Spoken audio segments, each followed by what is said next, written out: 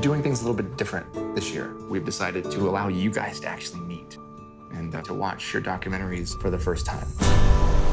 Here we go. I'm gonna wake up. It's gonna be okay. I'm gonna wake up. You can win with love.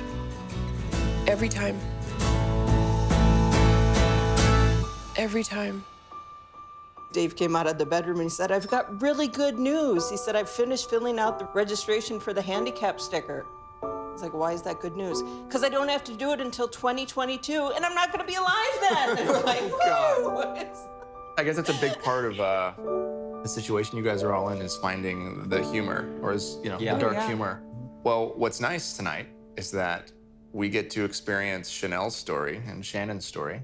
And speaking of going to some dark places, it's the first time we've ever smashed and broken things like crazy in an episode of My Last Days. I've been so excited to actually watch this, this piece, just for that. I'm like, all right, guys, this is Chanel's story.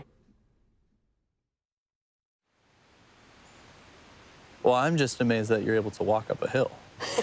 Ooh, that's like, true. no oxygen. Is that weird? I feel like that's what our whole marriage was. Oxygen strapped to my back, running to your nose, and a feeding tube running from my back to your stomach, and... It's pretty crazy.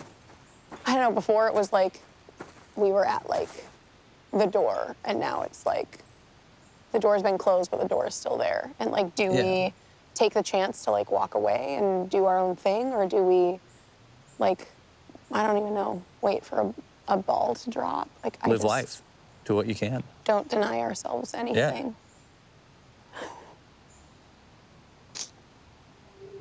We should probably get 80 cats too, since we're not denying ourselves anything. Yeah, right.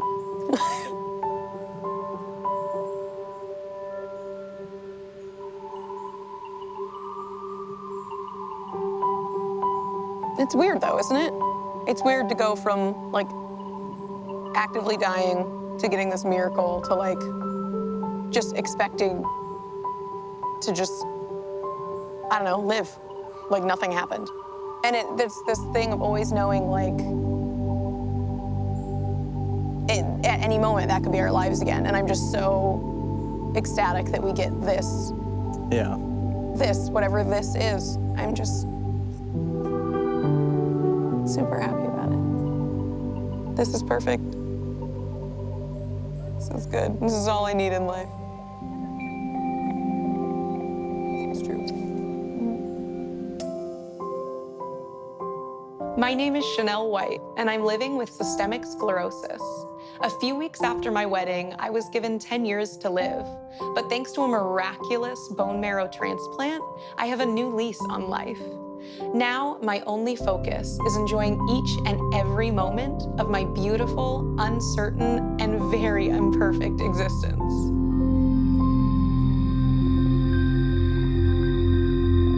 Interview with Chanel, take one. Common mark.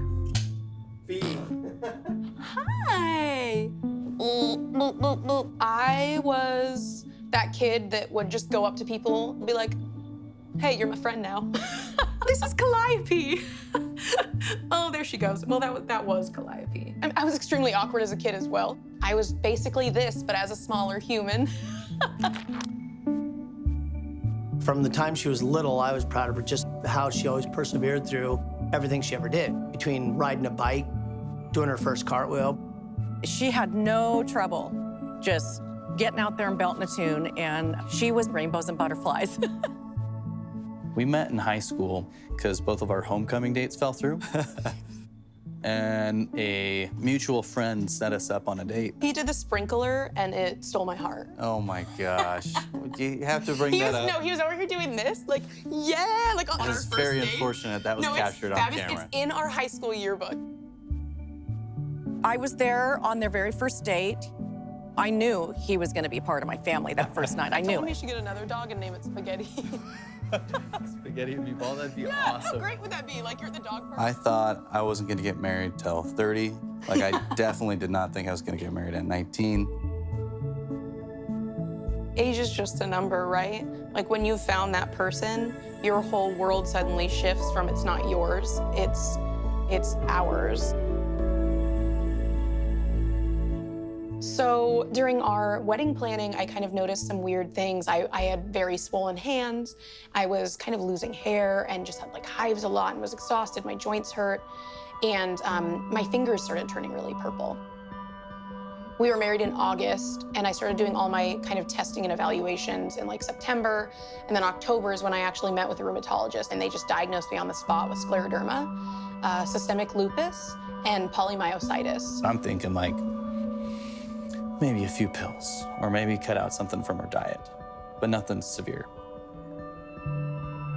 And they just kind of laid it on us real thick, and I mean, just straight up looked at me and was like, your case is extremely rapidly progressive, and we expect about a 10-year life expectancy.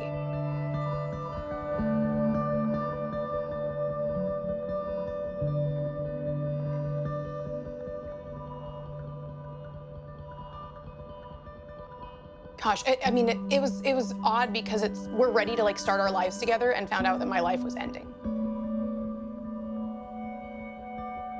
The ground was taken out from underneath both of our feet. Like, we had a plan, and it just got crumpled up and thrown in the trash. You don't think it's real. It's like, this can't be happening to my kid. You know, you take this healthy kid, and all of a sudden, sorry, you're not going to eat, you're not going to jog, move, run. You know, you're going to be in the hospital nonstop. You're going to have tests run on you, needles put in your body. It's like her whole life had just turned upside down. My digestive tract was the first thing to really just fail. The first night I came home on my feeding tube. It's like this big like elephant trunk jetting out of my stomach. I had accidentally popped the top open and just stomach acid was spewing all over our kitchen. Like it smelled and it was everywhere and it was just a mess. I was crying and just like very upset emotionally, just not in a good place. And Noel just like walks up and is like, boop, and just like closes it and was like, it's not okay. We're okay.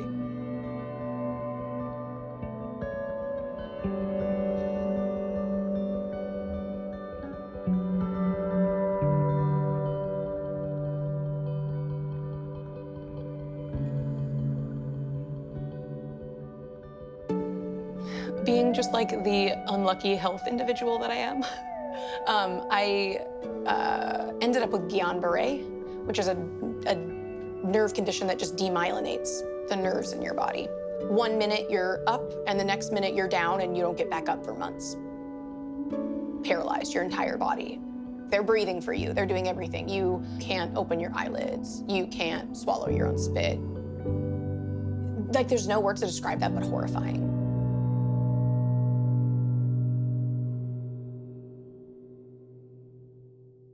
This is the woman I love.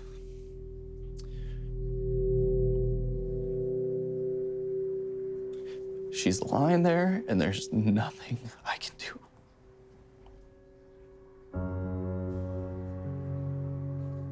I think that was the first hospitalization that we realized, like, how unprepared for death we were. That was the reality of our situation. I was not gonna make that 10-year mark.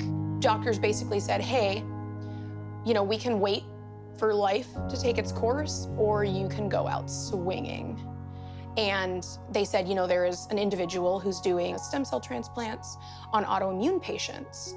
And so I signed my life away, and by that, I literally mean I signed my name on a piece of paper, handing over my life into this doctor's hands, getting my DNR, my will, like all these things ready.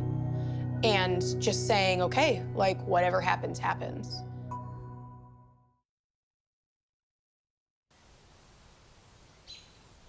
Remember when you were a kid, I used to bring you down here to feed the ducks?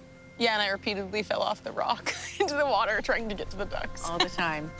Do you remember your first Thanksgiving when you had your feeding tube? Yeah. And I made special bird bags. So I could chew everything up and spit it out. I still can't fathom having that taken away. Like, you know, when you're sad, you want to like drown your sorrows in a tub of ice cream, and like you can't. I mean, your basic human function is just ripped from you, and it's literally what's giving you life. And it goes from this very hated apparatus Scary, to so scary, yeah. This is literally the only reason I'm alive right now. Who would even think eating would be such a celebration? When I was sick, she just full on was like, whether you need a mom or a friend or a nurse, or hey, we need to live in Chicago for 3 months while I undergo a bone marrow transplant, she was ready.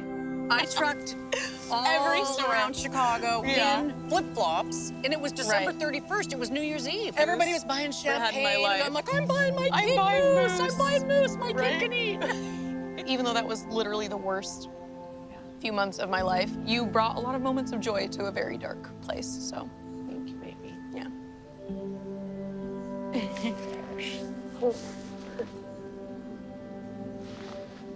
Like, man, if I can even have a shot at life again, it's okay. So we went into this transplant knowing, like, your heart may not be able to pump out the amount of chemo we're gonna give you. They're destroying your immune system, your bone marrow. You're done. But my family was there and they reminded me, you can do this, come on, you can do this. Like, we can do this, we're so close.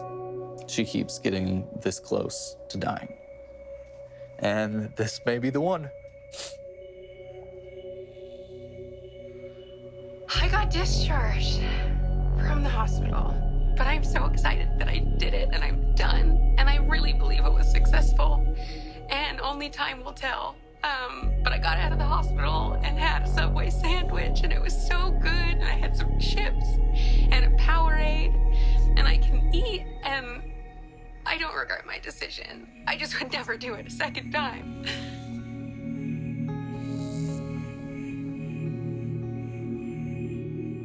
To come home, eating, breathing, somewhat functioning, was surreal.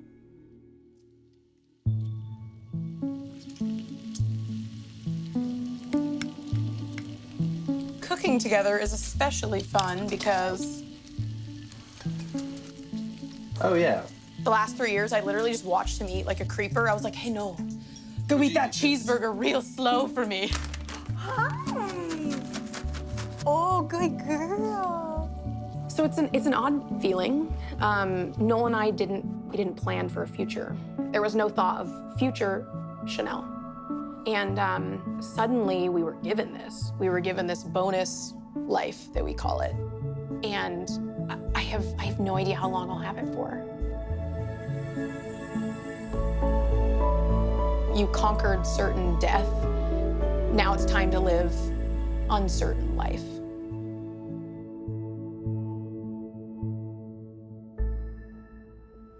You go from this one person and then this disease, and this condition, and the treatments used to keep you alive turn you into this other person. And a lot of times it's good. You appreciate things more. But because of the amounts of chemotherapy that I've endured in my lifetime, my memory has taken a hard hit. People call it chemo fog, and mine just never went away.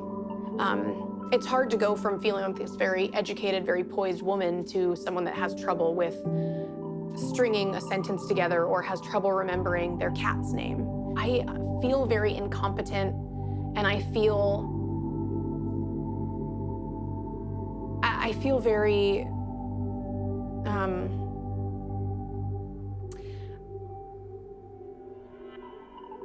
there's a word and I can't think of it. I'll just not remember anything and do everything.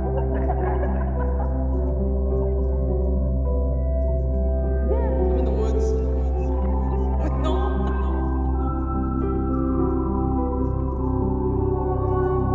It's scary because I think, what am I gonna forget in the next year?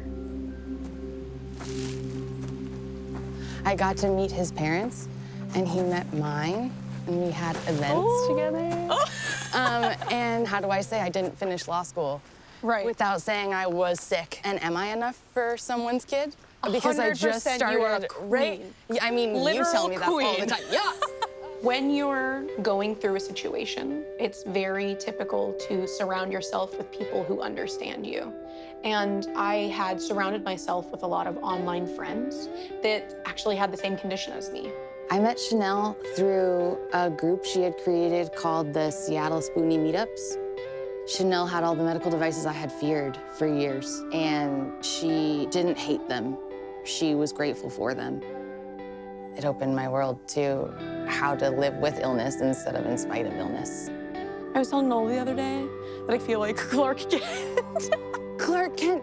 I'm like, I have this big secret. Yeah, you do. But I mean, right? Like, look at my second belly button.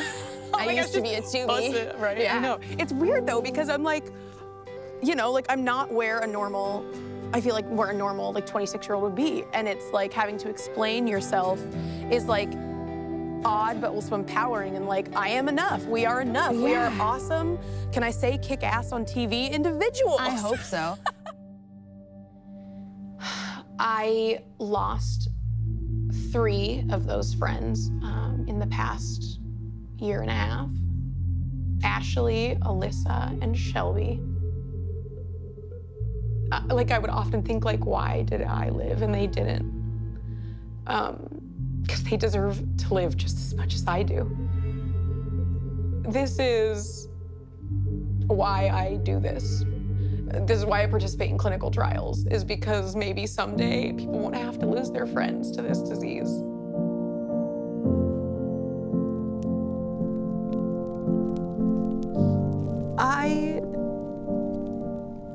I love creating something I can take with me like this.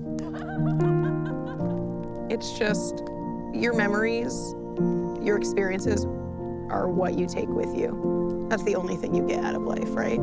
And it's just really cool to experience things with the people you love and know that that's yours.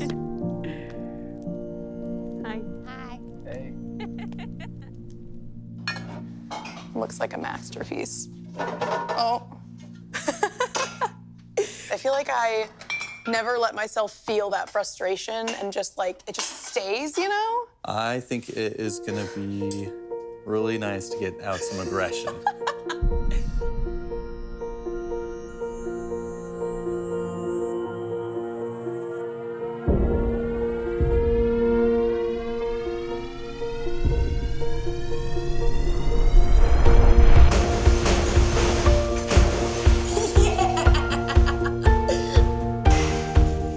For just so many years, we couldn't control anything. We couldn't control where we lived. We couldn't control what we did. It was all just dictated for us by this disease. We were stripped of everything, and I was worried about that final thing that would be taken from him, which was me.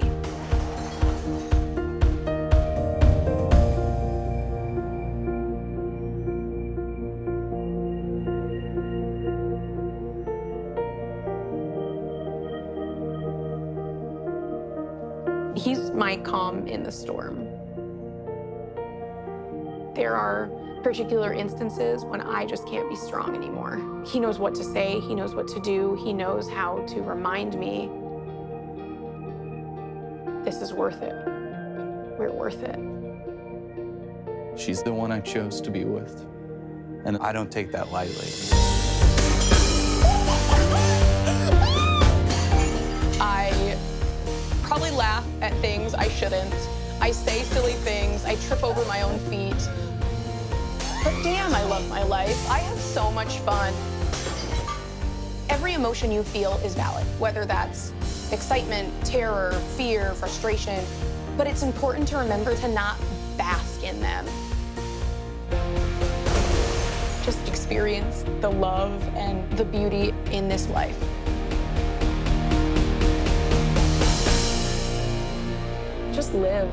Just live and just enjoy it.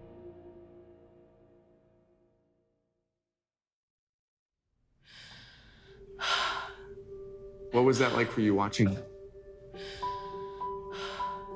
That was beautiful. My existence is so perfect in a totally imperfect situation, and I am so grateful for everyone in it because they make it that. You were so free. Yeah. Even when it was hard.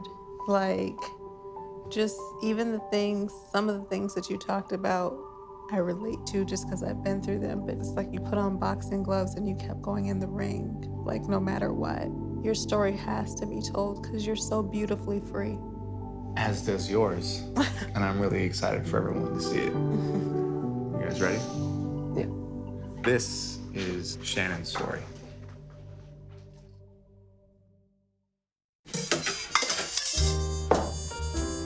For you.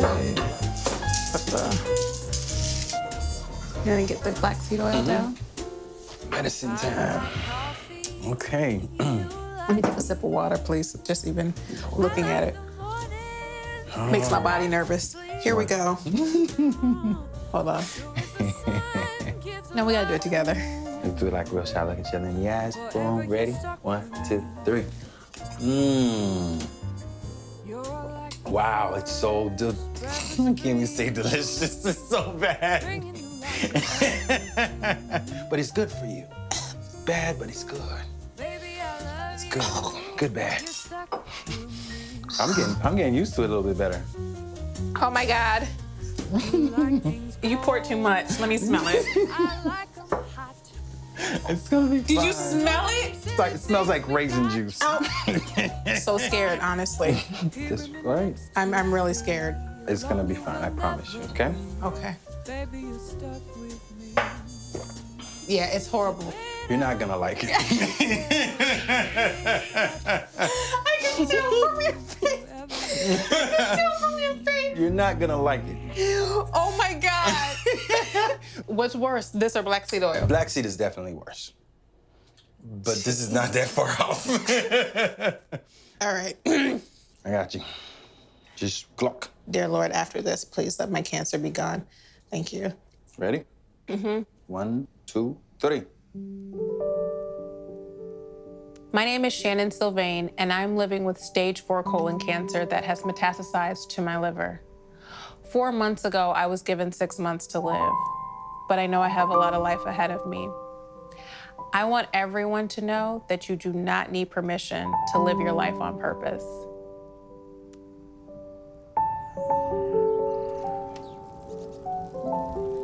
Growing up, my youngest memory is probably going to the park and riding my bike with my dad. He took me out every single day. Every day. We didn't miss a day. She made life fun. She was my caretaker. Shannon was 12 years old when I had the brain aneurysm. I remember that night, my mom was laying on the floor and my dad was on the phone talking to 911, telling them that she was unresponsive. But I remembered her eyes were open and she looked at me, but I could tell she didn't know who I was. It's so hard to, I hate talking about it. My mom lost her memory until I was 17. Like, she doesn't know that. I became the glue in my family. She cares very deeply for her friends. She cares very deeply for what people are going through. She's kind of like a mother figure. If she has her mind set on taking care of something, she's going to take care of it, and she's going to see it all the way through. Don't think you're not going to respond to her. Don't think you're going to ignore her. She's going to make sure this thing is done. I would describe Shannon as a producer, which is code word for controlling. And I can say that because I'm the same way. So genuine, so loving, so kind, when she's not being bossy and controlling. And when she met Bashir, there's some magic in the air. It wasn't magic. I'm telling you, the way that things just happened, it was a miracle. It might have been that night on my birthday. They were dancing together. So what you're saying is you are the single reason why that happened? Duly noted. Duly noted. She ran this program at NBC called Shortcuts Film Festival. I'm in New York and I'm producing it. She was in her zone, so she didn't even pay attention to me. And Bashir comes out, Mr. Smooth, and he's like, do you need any help? And I'm like, oh no, my God, please go back inside and enjoy the festival. Like, this is for you. He's like, I don't care anything about this festival. Do you need any help? And I'm like, I guess for him, that's when he first realized, like, who was this girl? he is the perfect guy for Shannon. And I've always been like, I need a guy like that. Yeah, I remember we went to an after party, and everywhere Shannon went, Bashir was like, and then Shannon would go, and Bashir. After the competition, I took her out to thank her. Right, with a big bouquet of flowers. And bless his heart, he has so much cologne on, and I was like, oh my God, is this a date in his mind? I was driving literally 5 miles an hour, and she's like, why are you driving so slow? But I was literally just trying to have more time with her.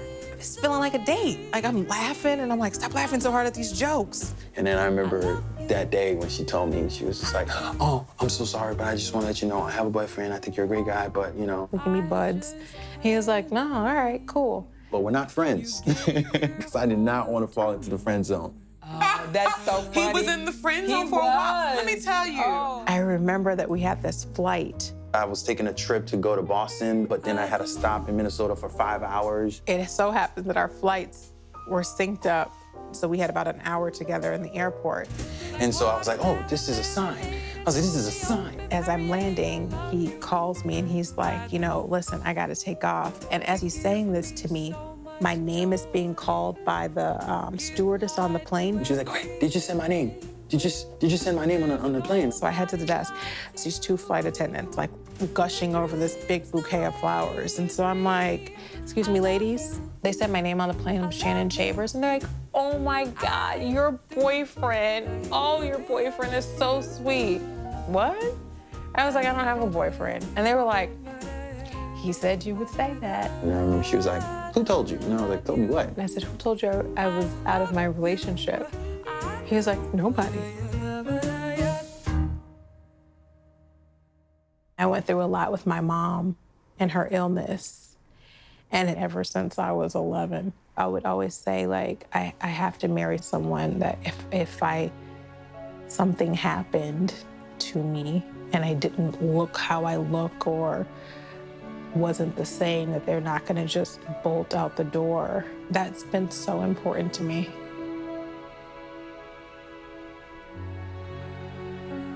Bashir is more than I could have ever dreamed of when it came to marrying someone.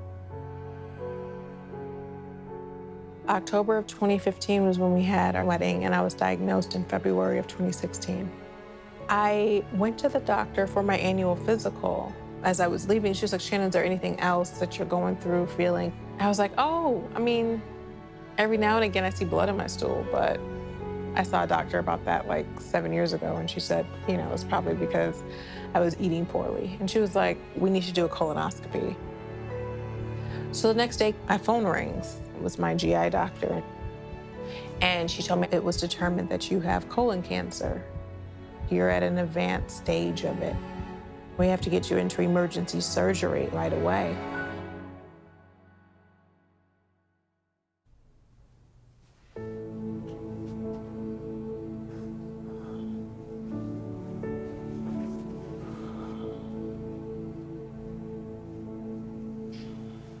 I acted as if everything was normal. We had dinner, we watched TV until like 2 o'clock in the morning. And then it all started to hit me, you know. If I'm gonna die, I gotta tell him. It's one of the toughest things I ever had to.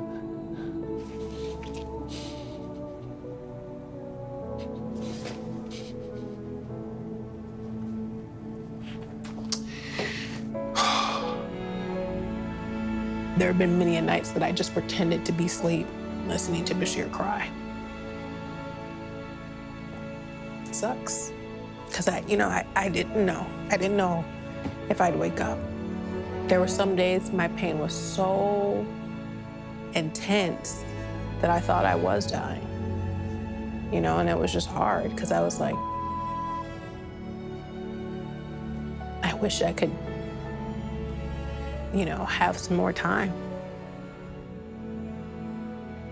I just wanted more time.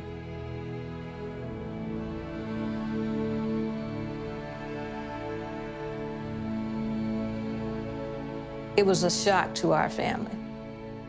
We took that day after we heard from Shannon to sit and pray and cry. We went out to California to go to the surgery.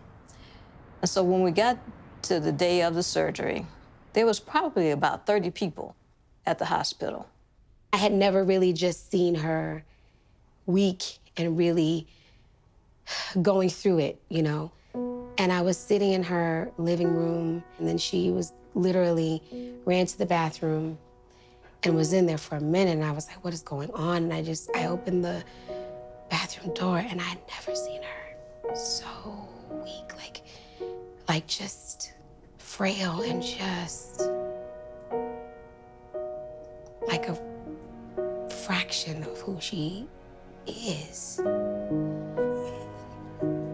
It's been hard. There was a picture that I had taken of she and Bashir in the hospital where he was hugging her, and just even the amount of weight that she's lost and the pain that she's been in after some of the surgeries. Like, I just remember praying and asking God, like, give me the pain, because she can't take anymore, you know?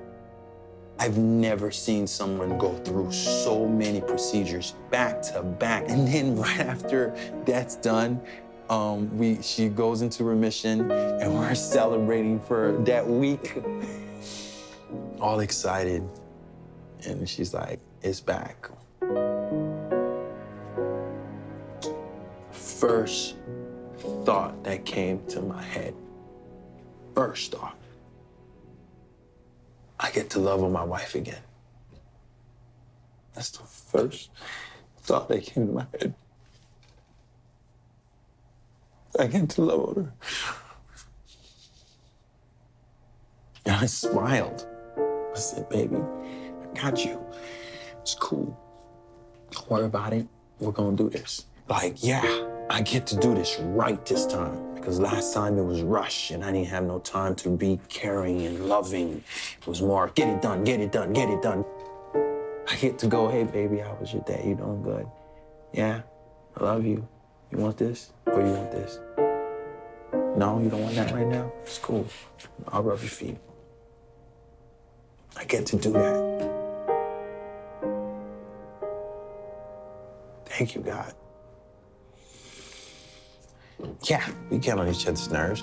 Yeah, we have these moments where it's just like, but to truly allow yourself to love this way, to truly allow your heart to open up that much for somebody else and mean it, and that pure, unconditional love. I don't think I would have known the way I love her now if this didn't happen. God, what a beautiful way to start a marriage, dude. What a beautiful way. I was like, okay, God, if I do die, let me come back and let me be like an angel that like calms their spirit. It kills me to think of anyone being sad because of me, especially Bashir. I was like, God, you can't take me out unless you got another wife for him. And then who was that? Do do do do do do.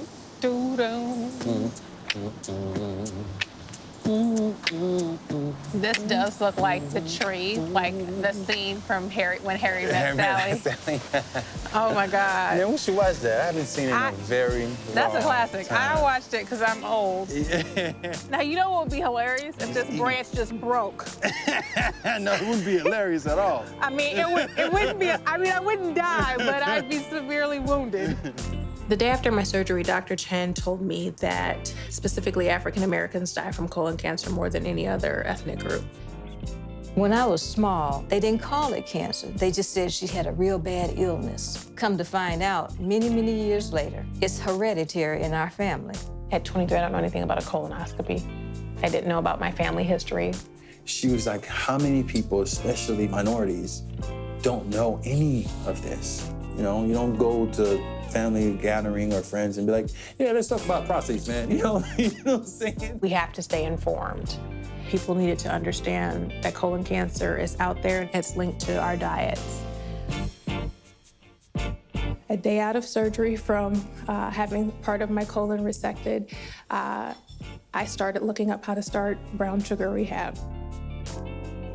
Brown Sugar Rehab has taken off in a way that I didn't see coming. We're getting healthier and learning new things and feeling accountable because of the strength that we see her in. The fact that something that is set out to kill and destroy brought new life out of her and has inspired and empowered people around her. I feel like Shannon has that purpose now. She has that passion, and she has exhibited a strength that I don't think she knew she had, and I definitely didn't know she had.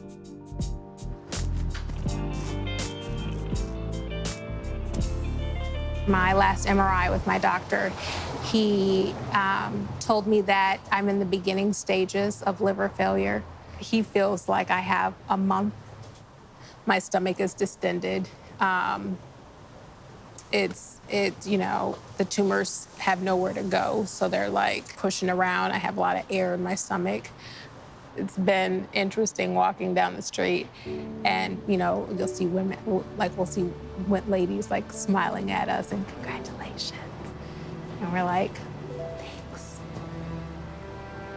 And that could be emotionally scarring because you know, one day we would love to have children, and not to say that we won't, but you know. That is part of the life, the ultimate life that we want to achieve, is to have kids and to love on them. And so we're gonna have to get a big house because I want that room with all your medical stuff like on the wall. So every time we punish them, we take them to that room, make them memorize it. Yeah. Recite the definition of a colonoscopy. Go.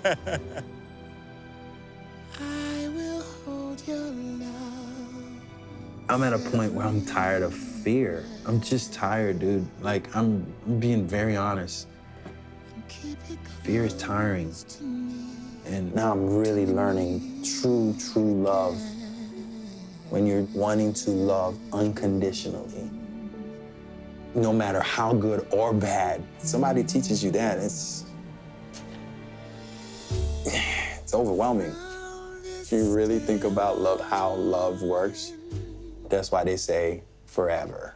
You go, oh yeah, it would take forever for me to love every aspect of you while you're growing. There is not anything that I wouldn't do for Bashir. If he went blind and he needed my eyes, and that was the only way he could see, I would be blind for the rest of my life. And that's how I feel about Bashir.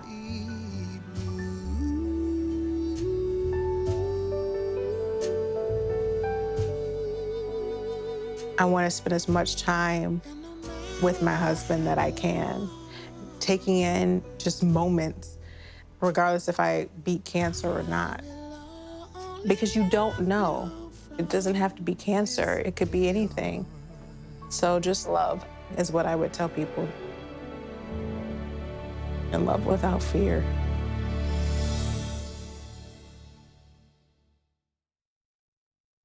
First off, you're just beautiful. You're so beautiful. Like everything about you, like you're just gorgeous in every possible way. Thank you. So are you. Your story was everything I needed to hear in this moment. 2 Fridays ago, they told me I had 30 days. And I'm just not worried. You know, living in fear will kill you. Mm-hmm. You just live. That's what will kill you. Is living in fear and unforgiveness. So. I don't think it makes sense to watch Dave's.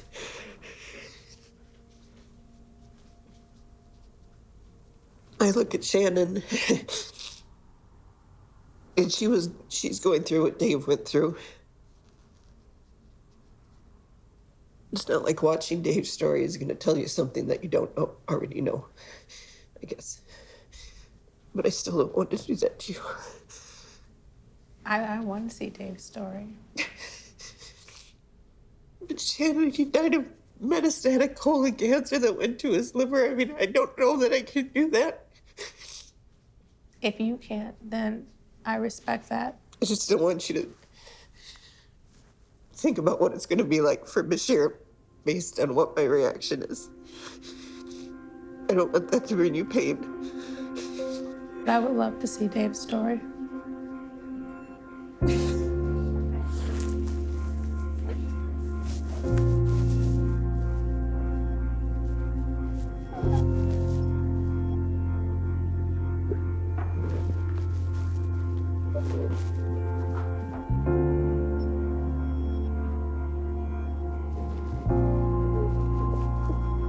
Yeah.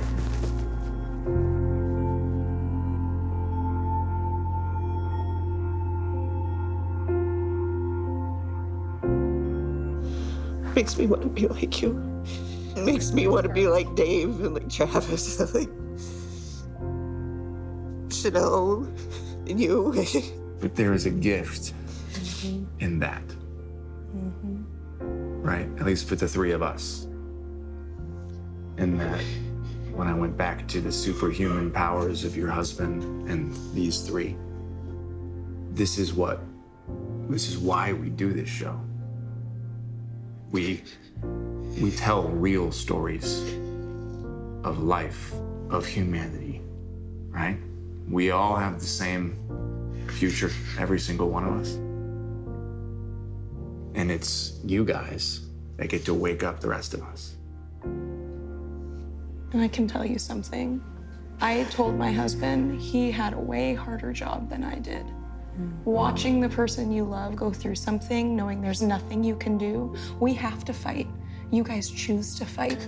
That is a battle that is so honorable. You deserve to feel everything because it's all valid. You have the hardest job. Let's just take a few minutes. Yeah, of course. We'll take a breather because that's what we need. Right. Yeah. And we'll come back tomorrow night and watch Dave's episode. Awesome. All together.